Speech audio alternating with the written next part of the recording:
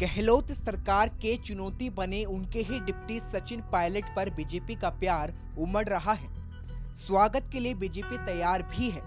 सचिन के सामने भी जो विकल्प है उनमें से एक बीजेपी का दामन थामना भी है। लेकिन अगर ऐसा हुआ तो क्या बीजेपी में ये काम आराम से होगा? सियासी तौर पर तो ऐसा नहीं लगता। सचिन अगर बीजेपी में आते हैं तो वहां समीकरण बदलेंगे। तब एक तरह से देखा जाए तो बीजेपी की मुश्किलें भी बढ़ेगी। बीजेपी के सामने सबसे बड़ी समस्या ये होगी कि गहलोत सरकार गिरने की हालात में बीजेपी का मुख्यमंत्री कौन होगा? वसुंधरा राजे सिंधिया या गजेंद्र सिंह शेखावत या फिर बीजेपी का कोई दूसरा दिग्गज?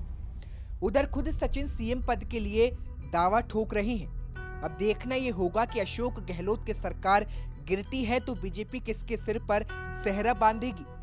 बीजेपी ने वसुंधरा राजे के अलावा किस और के सिर पर सेहरा बांधा तो राजे के करीब 50 समर्थक विधायक पार्टी के लिए बड़ी मुसीबत खड़ी कर सकते हैं। मतलब साफ है कि बीजेपी में ही माथापच्ची हो सकती है। हालांकि सचिन अगर बीजेपी में आते हैं तो ये बीजेपी के लिए कई तरह से फायदेमंद साबित होंगे।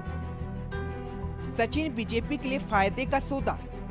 गुर्जर व मीणा जातियों में पार्टी की बैठ बढ़ेगी। सचिन समर्थक विधायकों में 12 गुर्जर और मीणा है और दोनों ही जातियों के करीब 8% वोट है। सचिन के आने से पूर्वी राजस्थान में पार्टी की ताकत बढ़ेगी। जाहिर तौर पर सचिन का साथ बीजेपी के लिए बेहतरी लाएगा, लेकिन उसे कई सियासी सवालों से भी जूझना होगा। Special report for VH1 update, Jaipur.